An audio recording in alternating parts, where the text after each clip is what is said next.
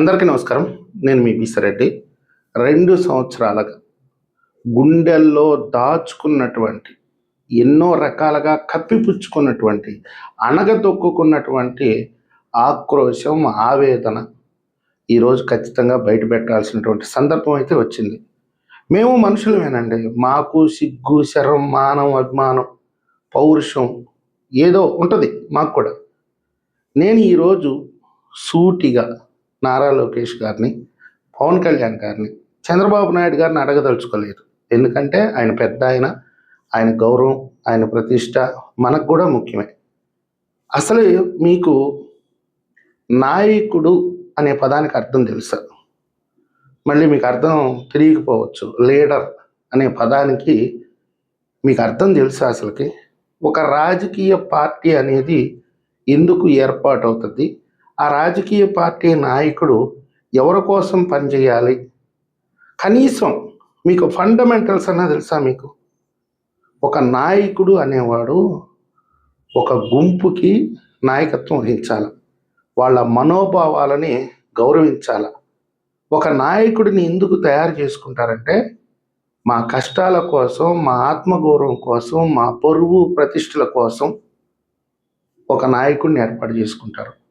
ఆ నాయకుడు చెప్పే మాటల్ని నమ్మి, అరే మమ్మల్ని కాపాడడానికి మా నాయకుడు ఉన్నాడు, మా ఆత్మగౌరవాన్ని నిలబెట్టడం కోసం మా నాయకుడు ఉన్నాడు, ఈరోజు మా నాయకుడిని మేము కాపాడుకోగలిగితే రేపనే రోజు మా నాయకుడు మమ్మల్ని కాపాడుతాడు అంటే డబ్బులు ఇచ్చి కాదండి, మా ఆత్మగౌరవాన్ని కాపాడుతాడు.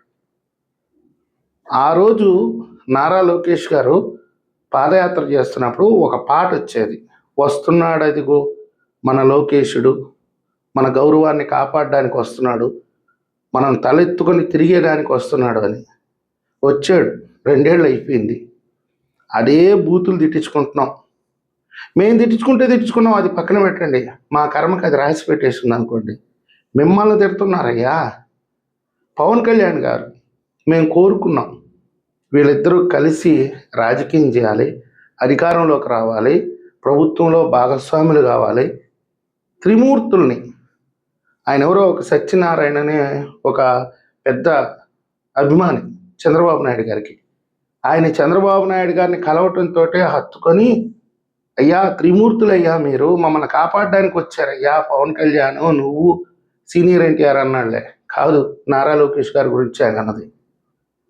మీరు మమ్మల్ని కాపాడడానికి వచ్చినట్టుగా లేదు, మమ్మల్ని చిత్రహింసలు పెట్టి మానసిక క్షోభకి గురి చేయడానికి ఈరోజు మీరు అధికారంలోకి వచ్చినట్టుంది. వాస్తవం ఇది. మొన్న నారా లోకేష్ గారు ఒక సభలో అన్నాడు, ఎవరో క్లస్టర్ ఇన్ఛార్జీలకి ఆరోగ్య పరీక్షలు చేస్తే 75% మందికి బీపీ షుగర్లు ఉన్నాయి, మీకు మంచి మెడిసిన్ ఇస్తాను, ట్రీట్మెంట్ ఇప్పిస్తాను, మీరు చేయించుకోండి అమ్మా, నా మాట వినండి అమ్మా అన్నాడు. అసలు వాస్తవంగా బీపీ షుగర్లు వస్తుండేది మీ వల్లేనయ్యా బాబు. మేము ఎలా బతికేమో, ఎలా ఉన్నామో, ఈ 30-40 ఏళ్ళగా వాళ్ళ జీవితాల్లో ఏ రోజు మార్పు రాలా.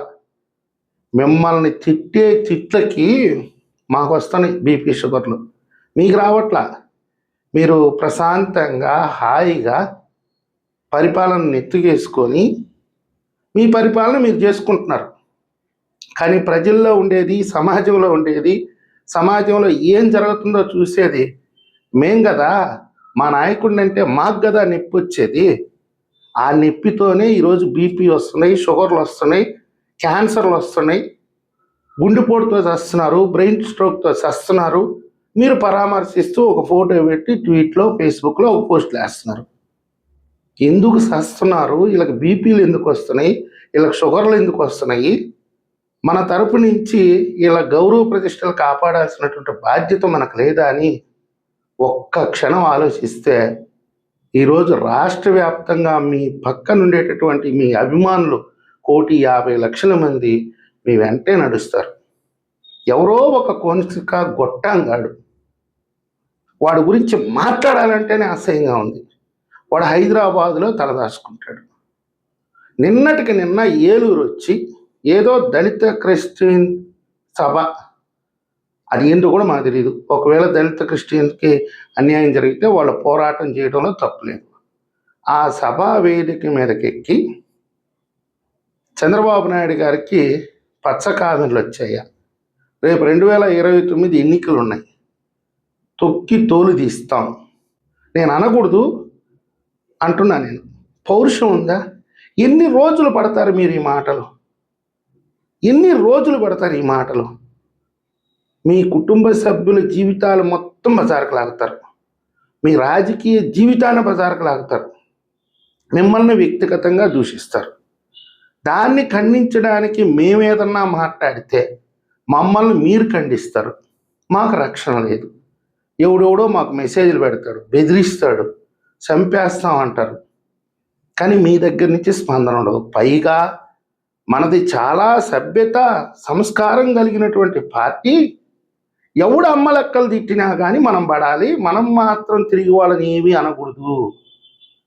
దీనివల్ల ప్రజల్లో మీరు ఒక చేత కానీ పనికి మాలిన నాయకత్వం, మీరు దేనికి పనికిరారు. ఇది ప్రజల్లో ఈరోజు వస్తున్నటువంటి స్పందన. పవన్ కళ్యాణ్ గారికి ఆంధ్రప్రదేశ్లో దాదాపుగా 50-60 లక్షల మంది అభిమానులు ఉంటారు. నిన్న పవన్ కళ్యాణ్ గారు ఏమంటున్నారంటే, నేను ఎవరు ఎన్ని తిట్టినా కానీ తల వంచుకొని పోవడానికి అడ్జస్ట్ అయిపోయాను.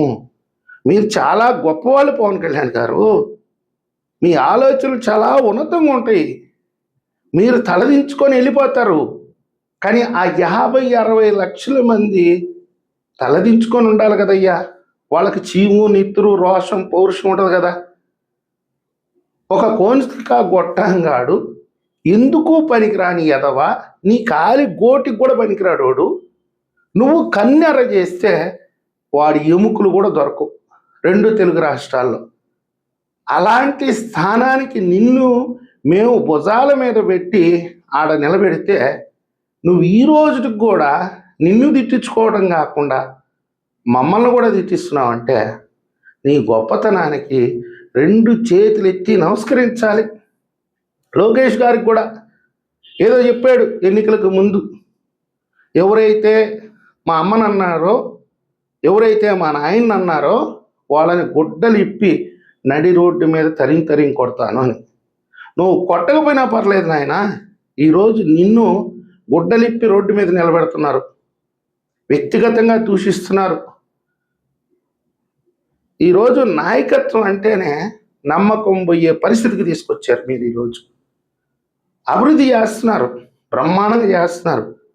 అది సామాన్య ప్రజలకు సంబంధించింది. మాకు సంబంధించి మీరేం చేస్తున్నారు? మాకు ఏదన్నా ఒక సహాయం కూడా చేస్తున్నారు అనుకోండి, కానీ ఆత్మగౌరవం అనేది ఒకటి ఉంటుంది కదండి. మేము ఇంట్లో తలెత్తుకొని బతకాలి కదా, సమాజంలో బతకాలి కదా. మీ నాయకుడు ఏంట్రా, వాడో ఈడో ఎవడో ఒకడు వచ్చి పచ్చి బూతులు తిడతా, సవాల్ చేస్తా, రేపు 2029లో మీ అంతు చూస్తామని చెప్తున్నా. కానీ మీ నాయకుడు అక్కడ మూలను కూర్చొని ఉన్నాడు, లేకపోతే ఢిల్లీకి వెళ్ళిపోతాడు, రష్యాకి వెళ్ళిపోతాడు, అమెరికాకి వెళ్ళిపోతాడు, తిరిగే మాట్లాడలేడా? పని మీ నాయకుడు మాట్లాడలేకపోతే మీ నాయకత్వం మాట్లాడదా? 100 మందికి పదవులు ఇచ్చేసావు, మాకు ఎలాంటి అభ్యంతరం లేదు. కష్టం చేసిన వాళ్ళకి ఎవరికో పదవులు ఇచ్చావు, ఎమ్మెల్యేలను చేసాం. ఎవరన్నా ఒక 10 మంది, సరే మీరు బిజీగా ఉన్నారు, పవన్ కళ్యాణ్ గారు బిజీగా ఉన్నారు, చంద్రబాబు నాయుడు గారు బిజీగా ఉన్నారు, మరి నాయకులు ఎందుకు బిజీగా ఉన్నారు? వాళ్ళు ఏం పీకుతున్నారు అక్కడ చేరి? ఎమ్మెల్యేలు కూడా బిజీగా ఉన్నారనుకో, జిల్లాకు ఒక అధ్యక్షుడిని వేసేసారు, ప్రధాన కార్యదర్శిని వేసేసారు, అధికార ప్రతినిధులను వేసేసారు, రాష్ట్ర కమిటీ వేసేసారు, జాతీయ కమిటీని వేసేసారు, ఇంకా అనుబంధ సంఘాలు వేసేసారు, అన్నీ వేసేసారు కదా. కొన్ని లక్షల మంది తెలుగుదేశం పార్టీలో ఈరోజు పదవులు అలంకరిస్తున్నారు. మరి వీళ్ళంతా ఏం పీకుతున్నారయ్యా? ఏం పీకట్లేదా? వీళ్ళు ఖండించట్లేదే? వాడు మాట్లాడినంత మాత్రం తెలుగుదేశం పార్టీలో మాట్లాడే మగాడు లేడా? అధికారం వస్తేనే మీరు మూలం కూర్చుంటారా? ప్రతిపక్షంలో ఉంటేనే మాట్లాడతారా? ఇది ఆత్మగౌరవ పోరాటం. ఈరోజు మిమ్మల్ని అంటే మమ్మల్ని అన్నట్టు, భువనేశ్వరి అమ్మనంటే మా అమ్మని అన్నట్టు, బ్రాహ్మణి మేడం గారిని అంటే మమ్మల్ని అన్నట్టు, పవన్ కళ్యాణ్ గారిని అంటే మమ్మల్ని అన్నట్టు, అంతగా అటాచ్మెంట్ వచ్చేసింది మీతోటే. మాకే లేని సిగ్గు మీకెందుకు రా, మూసుకొని ఇంట్లో కూర్చోవచ్చు కదా అని మీరు అనొచ్చు. కానీ 30 ఏళ్ళగా మిమ్మల్ని మా నాయకులుగా, అదిగో మా నాయకుడు వస్తాడు, మా నాయకుడిని అరెస్ట్ చేశారు, మా నాయకుడిని ఇబ్బంది పెట్టారు, మా నాయకుడిని రోడ్డు మీద అడ్డగిచ్చారు, ఎటువంటి పరిస్థితిలో మా నాయకుడికి అధికారం ఇవ్వాలి అని చెప్పి తిండి లేక కడుపు కాలిపోతున్న ఊరు వాడ తిరిగి చేతులు కాళ్ళు పట్టుకొని మా చంద్రబాబు నాయుడు గారిని జైల్లో పెట్టారయ్యా, మా పవన్ కళ్యాణ్ గారిని నడి రోడ్డు మీద పండుకోబెట్టారయ్యా, మా నారా లోకేష్ గారు పాదయాత్ర చేస్తుంటే అడ్డుకుంటున్నారయ్యా, రాళ్ళు వేస్తున్నారయ్యా, కాపాడండి అయ్యా మమ్మల్ని కాళ్ళు చేతులు పట్టుకుంటే మీకు 164 స్థానాలు ఇచ్చారు, ప్రజలు ఆశీర్వదించారు. ఒక్కసారి మీరు వాళ్ళ మీద వాళ్ళ సంగతి చూసుకోండి అని. కానీ ఈరోజు మీరు అడుక్కు తిన్న మా పురుగు తీస్తున్నారు, మమ్మల్ని నమ్మి మిమ్మల్ని నమ్మి ఓటేసిన జనం పురుగు తీస్తున్నారు. చివరాఖరికి కొనుక గొట్టంగాళ్ళు హైదరాబాద్లో చేరి ఆంధ్రప్రదేశ్ అస్తిత్వాన్ని విమర్శిస్తుంటే వాళ్ళను కూడా మీరు సపోర్ట్ చేస్తారు ఇండైరెక్ట్గా. అంటే వాళ్ళ మీద ఎలాంటి చర్యలు ఉండవు. ప్రతిదానికి కేసు పెట్టాల్సిన అవసరం లే, ప్రతిదాన్ని పోలీస్ స్టేషన్కి తీసుకురావాల్సిన అవసరం లే, ప్రతిదాన్ని కోర్టుకు తీసుకురావాల్సిన అవసరం లే. మాట్లాడాల్సిన విధానంలో మాట్లాడితే అవతల వాళ్ళ నోర్లు ముయ్యించవచ్చు. ఎవరైతే గట్టిగా మాట్లాడగలుగుతారో వాళ్ళ నోళ్ళు మీరు ముయ్యిస్తున్నారు. కొంచెం అన్నా అనిపించాలి కదండి మీకు. అరే, నన్ను నమ్ముకున్న వాళ్ళు ఎంత క్షోభకు గురవుతుంటారు, నన్ను ఒక మాట అంటే మరి వాళ్ళ ఆత్మాభిమానం అన్నా కాపాడడం కోసం నేను ఏదో ఒకటి చెయ్యాలి కదా. అంటే తెలుగుదేశం పార్టీలో ఎవడో ఒక హైదరాబాద్లో అడక్కదిని ఆంధ్రాలోకి వచ్చి హిందుత్వం మీదనో తెలుగుదేశం పార్టీ మీదనో జనసేన మీదనో పచ్చి బూతులు తిట్టే లుచ్చానా కొడుకుని నోరు మూయించగలిగినటువంటి నాయకుడు తెలుగుదేశం పార్టీలో జనసేనలో లేరా అయ్యా? లేకపోతే ఎందుకయ్యా ఈ పార్టీలు? మా ప్రాణాలు తీయడానికా? మమ్మల్ని అవమాన పాలు చేయడానికా? మా చేత కన్నీళ్లు పెట్టించడానికా? ఎందుకు ఇలా ప్రవర్తిస్తున్నారు? ఎందుకు ఇలా చేస్తున్నారు? ఎంతకాలం ఇలా చేస్తారు? దయచేసి నారా లోకేష్ గారు, మార్పు రావాలి మీలో. పవన్ కళ్యాణ్ గారు, మార్పు రావాలి మీలో. మార్పు రాకపోతే సిచ్యువేషన్ చాలా దూరం వెళ్ళిపోద్ది. దయచేసి అర్థం చేసుకుంటారని, మా విజ్ఞప్తిని మన్నిస్తారని, నాలాంటి వాడు ఆవేశంతో మాట్లాడినటువంటి మాటలు మీ హృదయానికి తీసుకుంటారని విజ్ఞప్తి చేస్తున్నాను. ఈ వీడియో మీకు నచ్చినట్టయితే లైక్ చేయండి, మీ అభిప్రాయాన్ని కూడా కామెంట్ రూపంలో తెలియజేయండి.